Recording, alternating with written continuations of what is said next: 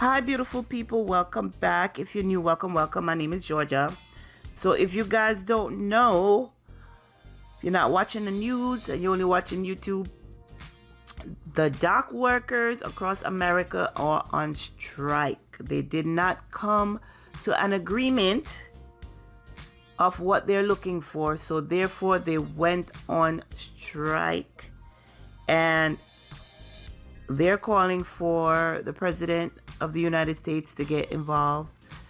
Why it's concerning that they're on strike? We are coming up to the holidays. You know, we do get a lot of imports from all over the world. Yes, America do produce things, but not enough to sustain all the people that live in America. So therefore, we rely on imports. And the dock workers are saying, the union workers are saying they are not going back to work until they have come to an agreement. I am going to go ahead and attach news, not conference, but news coverage of what's going on, so they could tell you more in detail about what's happening with the dock workers and where we stand right now. But with them going on strike, okay, there's a panic across, kind of like, because according to the news, people are going into the supermarkets and the big bulk stores, and they are buying up stuff because they think this is gonna last a long time.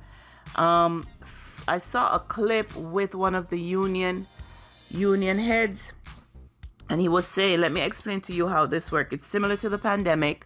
He was like, okay, for the first week we're on strike, you know, people are gonna run to the supermarket, they're gonna stock up on what they want, and then there's not gonna be anything to replenish.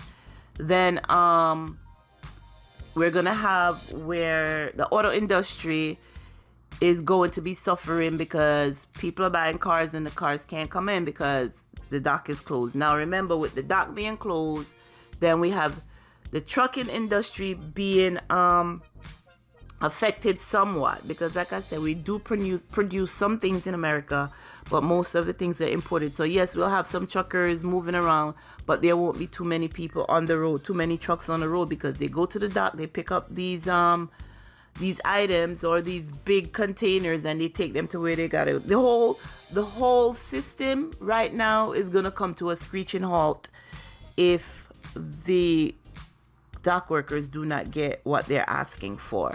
So it's going to affect us in the long run. As they said, the residual effects is going to hit us.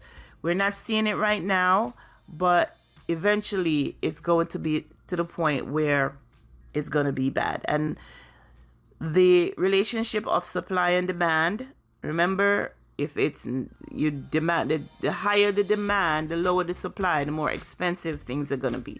So food is expected to go up, and other things. So I hope they really come to an agreement soon, because I don't think America could deal with this. I believe they said the last strike happened in 1963. I wasn't even born yet. And we don't know how bad that affected. They did talk about it. So I'm going to let the news coverage of it tell you more, and then we will continue talking about it in the comments. Okay, so go ahead and watch this, and then we'll talk about it in the comments. Guys, make sure that you take care of yourselves and your family. Until next time, take care. Bye. Fox News alert now. Americans are already struggling under the crushing weight of high prices on everything, especially food. And now, bracing for the effects of a massive port strike. It's on. I'm Harris Faulkner. You are in the Faulkner Focus. Tens of thousands of dock workers from Maine to Texas are picketing for the first time since 1977. Their contract expired at midnight. They want big wages and guaranteed job protection from automation, because when things are automated, you need less human beings. The Port Workers Union chief negotiator, well, he has a lot to say, and he doesn't hold back. When my men hit the streets, from Maine to Texas, every single port will lock down. You know what's gonna happen? I'll tell you. First week, be all over the news every night, boom, boom. Second week, guys who sell cars can't sell cars because the cars ain't coming in off the ships. they get laid off. Third week, malls start closing down. They can't get the goods from China. They can't sell clothes. They can't do this. Everything in the United States comes on a ship. They go out of business. Construction workers get laid off because the materials aren't coming in. The steel's not coming in. The lumber's not coming in. They lose their job. Everybody's hating the longshoremen now because now they realize how important our jobs are. Well, he's not wrong about getting us our stuff and how critical a role they play. We could really feel this. And how we got here, where is the White House? You fight when you have to at the White House to keep stuff like this from happening. Is Biden, is Kamala Harris, are they up to the fight? Let's take a look at the crisis that's upon us now, because this administration is almost famous for how many times they can let a crisis happen because things went on too long without leadership. Some 45,000 dock workers at 36 ports from Maine to Texas are on strike today. A J.P. Morgan analysis found this could cost the U.S. economy $5 billion a day. Major retailers to small businesses are also preparing for supply chain disruptions. We could see shortages of some critical items, medical equipment, vehicles, food, clothing. And if you think the inconvenience is going to be bad, imagine how you're going to have to pay for those few things that are coming through. Stuff's going to get higher if this goes on too long. Despite all of it, though, President Biden says, well, nothing. He's on the sidelines. The White House has said he would not invoke Taft-Hartley Act. That act allows the president to order an 80-day cooling-off period. That gets us way beyond the Christmas holidays and into the new year for a fresh look at what the union and the corporations are fighting about. That would avert a strike at this point. The White House, well, playing dodgeball. You know how it goes. Let's watch. At what point would the president be willing to intervene? How long would he allow that to go on, and at what cost to the I'm not going to get American into economy? hypotheticals. I'm not from here. Would the president consider walking the picket line? I'm not going to get into hypotheticals. We believe that collective bargaining is important here. We've always said that. We believe that both sides should come to the table in good faith and get to an agreement, a fair agreement. I thought she said she wasn't going to go into details. Fox Business's Grady Trimble is at the port of Baltimore, one of the many that we depend so much on. Grady. And Harris, just to set the scene for you today, there are around 2,400 International Longshoremen's Association members at this particular port. You can see a group of them on the picket lines in the rain, not deterred at all by that. 45,000 members across ports from Texas all the way up to Maine on strike right now. And what that means for you and me is, well, you can see the effects of this strike. These cranes you see in the background are the cranes that these men and women would typically be operating, but they've walked off the job and now they are at a standstill. That means products coming into the United States from all over the world are also at a standstill. Our colleague Lydia, who spoke to the president of the ILA, the International Longshoremen's Association, this morning, he's praising the Biden-Harris administration, in particular the acting labor secretary, Julie Su, for encouraging the two sides to come together to negotiate.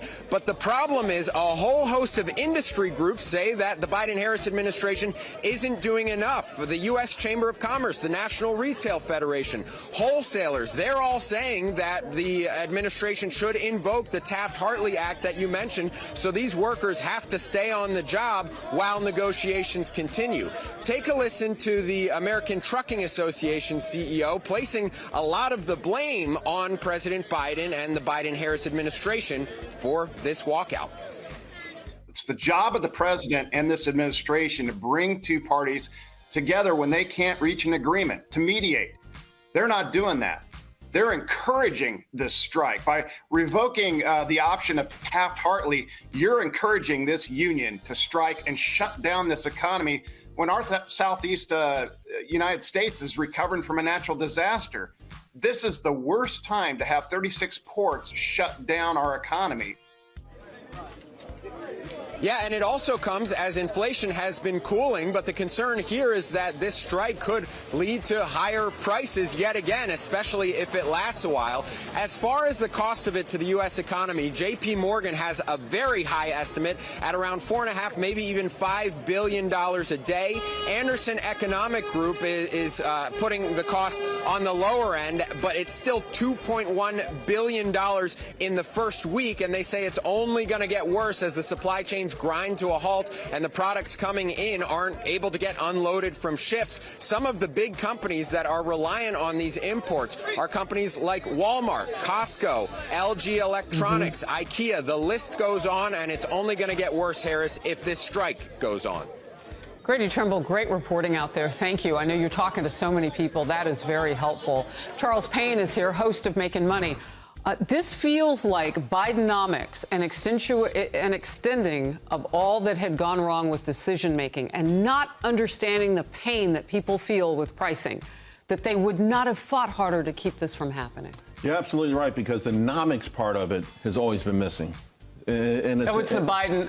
That's good. I see what you did there. The entire agenda has been driven about who you want to favor. And for the most part, the Biden administration has favored the elites, the wealthy. And the of course, Bidens. The Biden, the whole agenda. And the Kamala Harris's. The Biden-Harris agenda has favored and rewarded the wealthiest people in this country, and of course, unions. But the president, to say he doesn't believe in intervening, particularly on the heels of this storm over the weekend, is really mind-boggling. I mean, we're talking about these ports handle $3 trillion a year. One report does say it could be $600 million a day. And this adds up very, very quickly. Well, yeah. I mean, it said $2.1 billion by the end of this week. Right. And again, there's separate. But here's the thing: we also have to realize there's a compounding effect to it, right? 1 day equals 5 days of repercussions, right? 1 week, 1 day means the supply chain could get backed up for 1 week. These numbers start to add up, just as we were coming out of a supply chain crisis, and to do it at such a vulnerable time. Again, the lowest parts of our economic strata are going to get hurt the most. And listen, it may seem frivolous of all the things that I heard that were named off, from pharmaceuticals to automobiles, but this would be it. I mean, if it lasts too long, there won't be toys for Christmas. Well, look, let's just pause for a second about what's on those containers right now. Food is on those containers. Now, maybe some of those things can sit. That food can't wait. Like all the bananas, the perishables. Do you know how expensive a banana is about to become? Yeah, it's really amazing. So how long does it take before, and real quick, because I want to move on, Commerce Secretary I want to get to something she said. How long before we really start to see those things, though? Do we have a month or two? Not a month. I think we see them in weeks. All right. Commerce Secretary Gina Raimondo did an interview yesterday, but not as Commerce Secretary. She appeared as a Kamala Harris campaign surrogate hours before the strike began. Where have you been kind of focused and hearing on what would happen if the strike goes, let's say, longer than a week? Again, I have not been very focused on that. I would refer you to the White House or the Transportation Secretary. Refer you to the White House? I mean, that's where Kamala Harris is working now as VP. What is she talking about? For a split second, she was going to say, I refer you to the Commerce Secretary, but hold up, wait a minute, that's me. I posted on X yesterday. It's been a tight race for the most incompetent person in this administration. But in the last 2 weeks, I feel like that she has kind of taken the lead over maybe Pothole Pete. It's really it's an embarrassment. This is her job. But it's dangerous. Of course it's dangerous. And it gets back to what I said in the very beginning of our conversation. There's never been a focus on economics. There's never been a focus on commerce. Everything has been a focus on their agenda from day one. And there's a massive indifference to Americans. Talk to me about, though, and we won't get into the details of the Taft Act, but Biden could have dealt with this. We've known about this for weeks. 7 decades has been in place. Well, yeah, but I mean, he knew weeks ago that he was on the precipice, right. And everybody knew they were dealing with Harold Daggett, right. The head of that union. Right. I mean, come on, he just got reelected. He's not going anywhere. He knows he's a man in his power, as they like to say colloquially. So with all of that, Biden just sat by? Kamala Harris just sat by? Yeah, they just sat by and maybe even... and let Rome burn. Well, spoiling for a fight. Maybe, hey, you know what? We're out there fighting for unions. Make sure you get out there in November and fight for us. That kind of campaign sloganeering kind of stuff that they like to do more than actually, get things done for the nation. I mean, this isn't protect. This isn't about what side of the aisle you're on. We're talking about our economy. We're talking about a vulnerable time for our economy. Right. Already, trucks were not taking some of the perishables you talked about. To your point, everyone in the industry saw this coming, and they also saw the fact that the White House was going to do nothing about it. You mentioned Hurricane Helene. I mean, we need all hands on deck to get stuff to where it needs to go now. This is a dereliction of duty on their part. And I read today from the White House that they are working 24 hours a day. I wish we had 39-hour days at this point. Make them work harder. Absolutely. Charles Payne, thank you. Thanks.